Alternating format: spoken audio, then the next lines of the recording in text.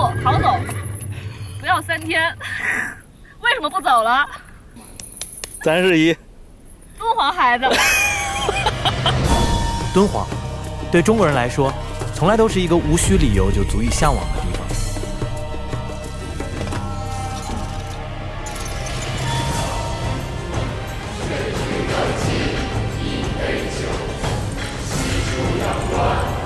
它是汉唐时代文学世界里的最远方，但同时它也是勇敢者征程开始的地方。它是长安希望的尽头，西域东来的门户。大漠悠远，驼铃悠扬。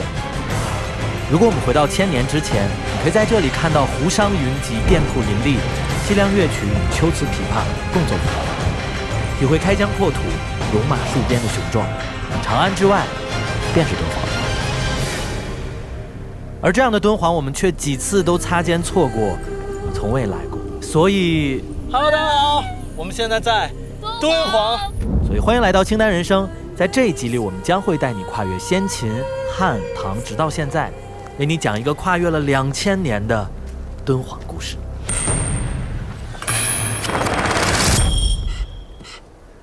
在敦煌漫漫2000年的历史里，有很多重要的时刻足以成为讲述敦煌的开端。而我还是觉得先要带你们回到1600年前，莫高窟尚未曾存在的地方。同志们，我们现在是在去往三危山的路上，这是我们在敦煌的第一站。那提到了敦煌，大家的第一印象可能都是像鸣沙山啊、阳关啊、玉门关，还有莫高窟。但是三危山这个地方，其实对于莫高窟而言，以至于对于整个敦煌而言，都格外的重要。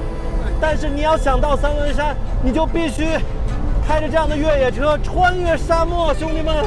所以我们现在翻越整个沙漠，就是为了带大家去看一眼敦煌这个故事开始的地方。给大家看，我们现在正在骑着沙漠往上走啊！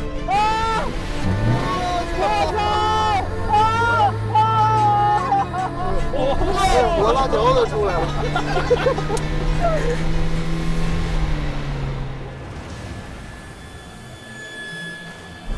OK， 朋友们，我们现在第一站是去到三危山，然后撇个树枝儿，树枝儿，这是干嘛的？这啥意思？这待会儿有大用处。啊！先给大家介绍一下，这是我们的这次进三危山的向导田老师，来跟大家打个招呼。然后他是敦煌本地人，有非常丰富的经验。三危山那个地方要穿一段沙漠，所以我们自己没有经验是不敢开的。要在这儿停一下啊！放气。放气？对。帽拧下来是吗？拧下来要对着它放点气。啊！哦，气针就是。对。这为什么要放气啊？因为你进沙漠的话，就是它的占地面积要更大，才有动力。哦，要不然在沙漠就会陷。对。好，朋友们，放了气的我们重新上路了。哇！怎么突然感觉变快了？哇！沙漠里就这样，咱们就在海上一样，坐在船上。敦煌城外25公里，有3座巍峨奇特的石山，名为三危山。早在上古时期，敦煌就以三危之名出现。在1个多小时的颠簸以后，当金佛的身影出现在天边时，我知道我们来到了史书中记载的三危。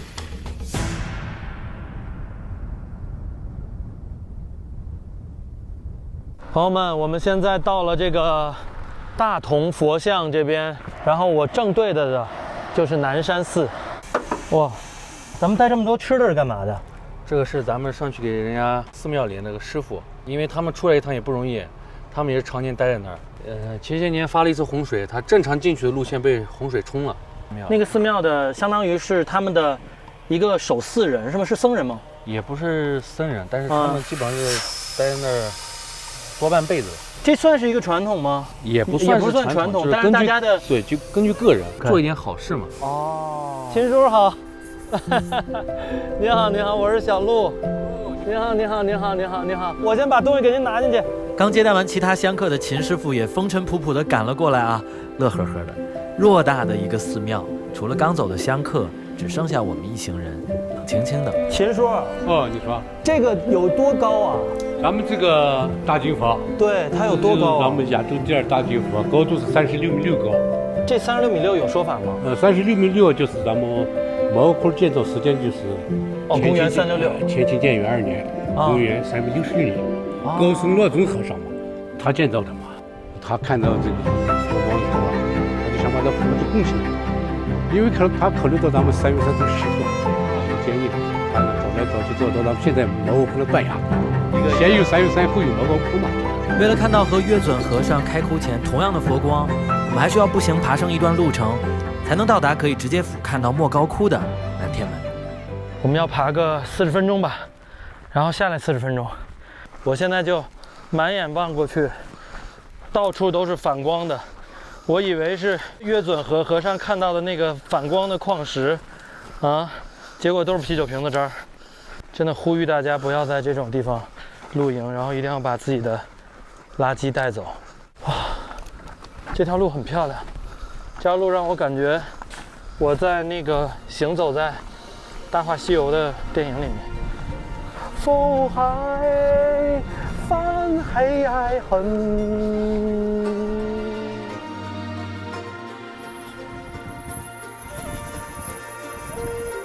哇，朋友们，南天门就在那儿了，热死我了，就在眼前了。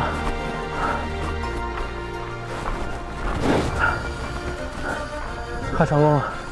飞机升起来的时候，在飞机里看就觉得好远好远好远。我们当时就在那掐指算时间，就觉得要不然算了，就不过去了。结果真的，我刚刚在爬这个山的时候，每一步都聚焦到脚底下的每一小步，然后突然间一抬头，豁然开朗，然后我们已经到了。朋友们，这是南天门，我们刚刚9层塔就在那儿，莫高窟就在那儿，看到了吗？突然间手机康康康在那响，爬到这儿就有信号了，但我也不想看，往那边看。看到那儿了吗？9层塔正前面。哪儿啊？正前面那片绿的后面。哦，我想要一个600锭之类的。咱们带了，你没背啊？你为什么不背呢？那你下去。拜拜。在流沙瀚海之间，鸣沙山与三危山对峙。也正是在这里，因为一场日落引发的驻足和顿悟，有一人发起宏愿，以身试佛，在绝壁上凿下了第一个洞窟，由此开启了一场延续1000年的洪流，随之浩浩荡荡。1600年后，他驻足修行的山崖绝壁上，洞窟密遍，世代层垒735个，世人皆称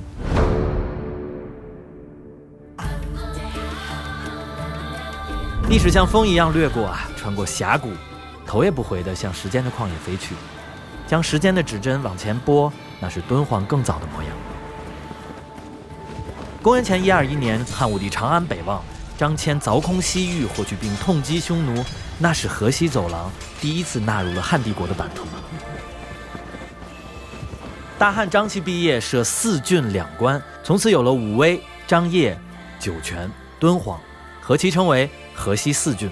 你看，顺着长安到了陇西，到了酒泉，酒泉是苗老师妈妈出生的地儿，然后这边就是敦煌了。敦煌的地理位置就是东西的交界，它是在正中间。这也是敦煌2字第一次出现的地方，也从此有了玉门关和阳关2大边塞共同扼守的西行要塞。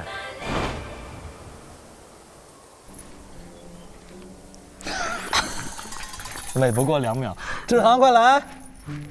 志航现在正在拍的这个雕像，就是张骞的雕像了。大家知道，在汉武帝派霍去病北击匈奴以后，张骞就开始开拓这个西域的疆土在敦煌当时就成为汉代的一个中原和西域文化交流的一个桥头堡了。那也是迈出了国际大都市的第一步。作为一个国际大都市，它一定要有自己的这个海关，对不对？阳关就是当时的这个海关的作用。你走你的阳关道，我走我的独木桥，是这个阳关？就是这个阳关。啊，然后给大家看一眼这儿，来阳关2个字，不知道能不能看见。那他们当时有 passport 吗？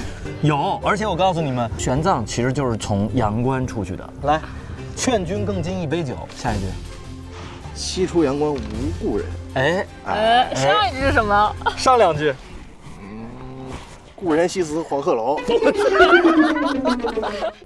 阳关都尉府，哇，挺漂亮的，你看这儿。阳光都尉 office， 哪儿呢？真的吗？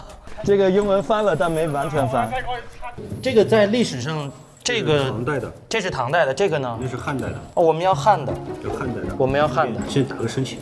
哦，打个申请还得，哎呦，咋写？小鹿 Lawrence。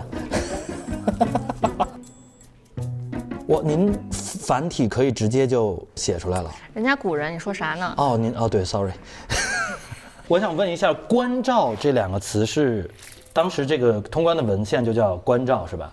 没有，它这个是到清朝末年的时候才叫关照的，汉代的时候、唐代的时候，它叫法不一样。让人多多关照我，或者多多关照别人的时候，其实就是从这衍生出来的。哦，关照，来，多多关照，请大家多多关照我们老师呀。给个1键3连就行了。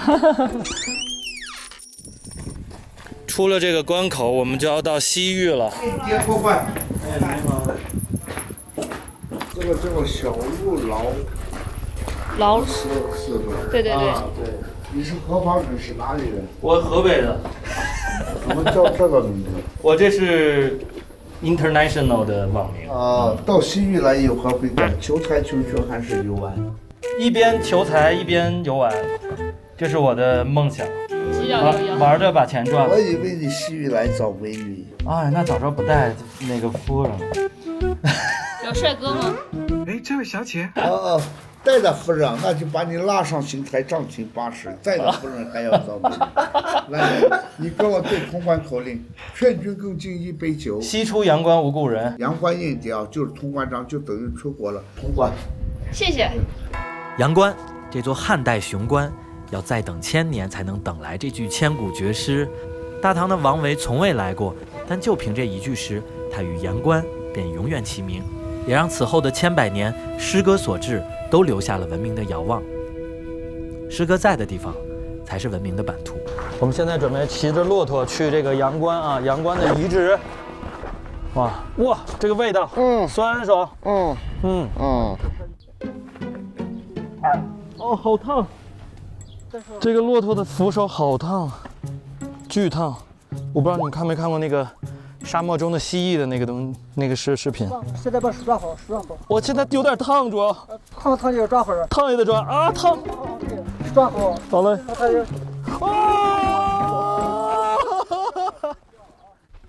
说实话，从我这个机位根本就看不出来在骑什么，我感觉我自己是一只半人马。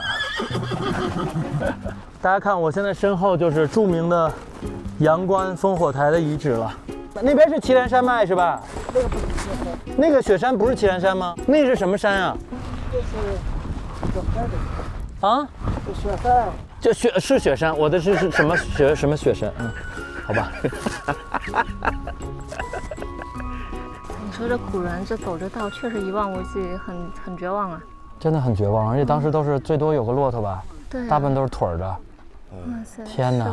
哇，不行，朋友们，我们要被晒化了。我现在终于知道为什么敦煌的水果这么甜了。啊！到了晚上我们也会变得甜甜的。啊，甜甜的。沧海桑田，世事变迁，今天的阳关早已不复雄关巍峨，人潮汹涌，但大汉的雄浑与叹咏仍在风里，永不止息。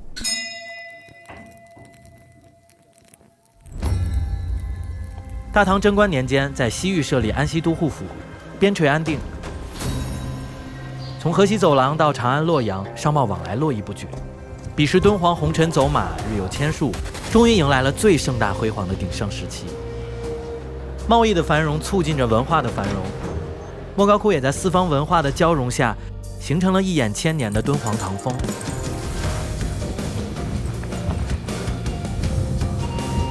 奇幻异界中有佛陀飞天、菩萨神兽，人间世俗里有歌舞宴饮、耕种劳作。接下来就到了我们敦煌盛唐的这一部分了。那提到盛唐的敦煌，你会想到什么？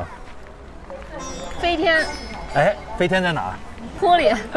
对，飞天在莫高窟里，所以给大家看，我们现在这个位置就是莫高窟，然后这边是需要预约的，是刷身份证取票。你看，这是我们2个的身份证套啊，怎么样？你要不要来一个？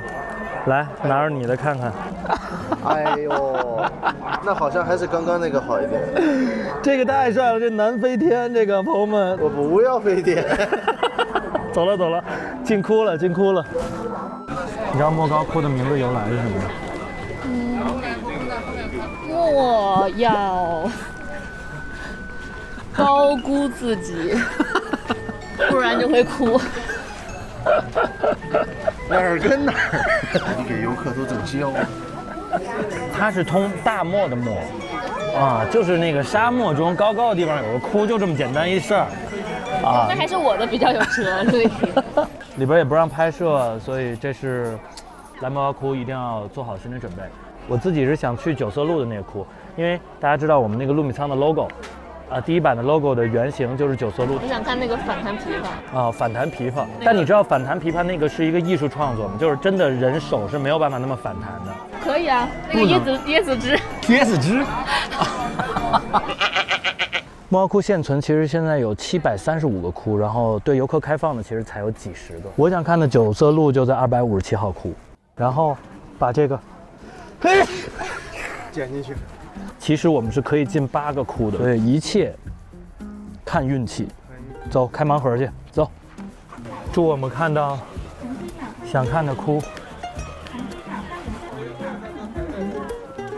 我们粗略的算了一下，有将近1/10的概率能和九色鹿相遇，可能性还是非常大的。那我们的运气还算不错啊，既看到了328窟，保留比较完整的唐代原作彩塑佛像，又探访了藏经洞，这座曾守护着700多万卷文献史籍近1000年的小小洞穴。跟你说啊，会哭的孩子有奶吃。刚刚跟导游说我想看九色鹿这个坑，然后就真的带我们来看了。耳熟能详的九色鹿的故事，如今却第一次看到了刻在石壁上如连环画一般的形式。不同的是，它是由2头开始，中间结束的布局绘制。你看完第一反应是什么？我以为巨大，我也是，我以为更不，结果就这么大点儿，可能相当于它不是主佛尊的那个像，它是在侧面的。对。在最后一个盲盒，我们终于开到了自己想看的，然后我们现在要去富志窟啊，富志窟那边就可以拍摄了。因为莫高窟不让拍摄，于是我们去了富志窟和复原窟。以练习和研修为主的复原窟，竟然还可以让我们亲手去调制颜料，然后体验真正的在墙壁上上色。我们今天主要体验就是说用古代的这个方法去体验做一个颜色，然后我们再把它应用到我们今天的这个，比如说是研学生，他可以拿回家以后去画画，就是这样的一个。也就是说，他真正在修复莫高窟的时候，我们一般不用这种颜色去真正上到那个佛像。对，真正的窟里面去修的话，其实对。我们更多的修的是它的残破，就是可能快要脱落了，但是我们尽可能的不去动它的颜色，因为古人的颜色和我们的今天的颜色是稍微有点不一样，这是矿物质，对，矿物质可能成分也不一样。再一个，用我们今天的这个感觉画上去的话，它可能也达不到。你要是修旧如旧的话，其实还是挺难的。所以我们今天更多的是去保护它。不是说我们在保护的过程中，我们再给它嫁接一些我们今天的东西，不是的，那不应该那样做，不应该。明白。那我们去修复这么一个佛像，大概要多久啊？其实我们现在更多的作为一个修复的话，我们不怎么去衡量它的时间，因为你要如果是要卡时间的话，可能你这个像也修不好，是不是？对，就是时间并不重要。对，时间其实是次要的。搞得我很专业呀。展示了，但是真的自己上手涂了，会那个成就感完全不一样。对，毕竟自己画的细对。对。昨天先看圆窟再看富志窟，然后今天在您这个复原窟能自己画一笔那个体验，对吧？那个体验是一步一步往上。所以我们做洞窟的目的也是。对。大漠绝壁上的石窟，经1000多年无名之人的累世开凿，也由此成为了世界艺术史上的明珠与高峰。而文明之中不曾断绝的前仆后继，才是一种远胜时间的坚韧，才得以让我们一眼就梦回大唐。从洞窟中出来，摩肩接踵的敦煌夜市提醒着，敦煌始终是丝绸之路上的千年都市。西域的风物和饮食早在2000年前就从西域传入，被冠以胡姓的食物，比如胡椒，还有胡荽，也就是香菜，葡萄、石榴、胡瓜，也就是黄瓜，早就已经成为了我们习以为常的味道。敦煌早已是中国人的味蕾地图中不可或缺的一块，但沙葱牛肉饼仍然让人眼前一亮。巨好吃啊！真的假的？这是小狗，我这两天就很爱吃这边的沙葱，它皮特别的薄，很酥。万事万物都有它的辉煌期，也同样有衰落期。1523年，嘉靖皇帝下令封闭嘉峪关，敦煌被遗弃，从此退出了历史的舞台。余秋雨说，看莫高窟不是看死了1000年的标本，而是看一个活了1000年的生命。莫高窟壁画上层层累累，隋代的石绿叠压着北魏的朱砂红，盛唐的金粉又覆盖其上，这才成就了真正的敦煌美学。一个莫高窟足以输尽1600年，从16国到今天的人间画卷。回望敦煌，它的存在始终证明，真正的文明永远来自于流动与传承有序。在守寺人身上读懂开凿修行者的坚韧沉静，在过阳关时体会开疆扩土、戎马戍边的雄壮，在壁画神佛前明白人力可达神迹，也可抵御时间的侵蚀。人们以漫长的文明、坚定的信仰浇筑，这部历史史书的耐读、强健的肌理才得以保留。无论是大漠的风沙与烈日，都无法将其磨损。像2000年以来在敦煌的人们，对远方永远好奇，也保持敬畏，才能够步履不停。太美了，陪我感受一会儿吧。这真的是只有西北才能给你的感觉。只要画工们眼中的光芒不灭，大漠的风沙不息，敦煌就永远能够跨越时空，诉说着永恒，诉说着关于信仰、艺术和文明的力量。抓好，走了。 baby， 我们的感情好像跳楼机。哦，哎，好可爱。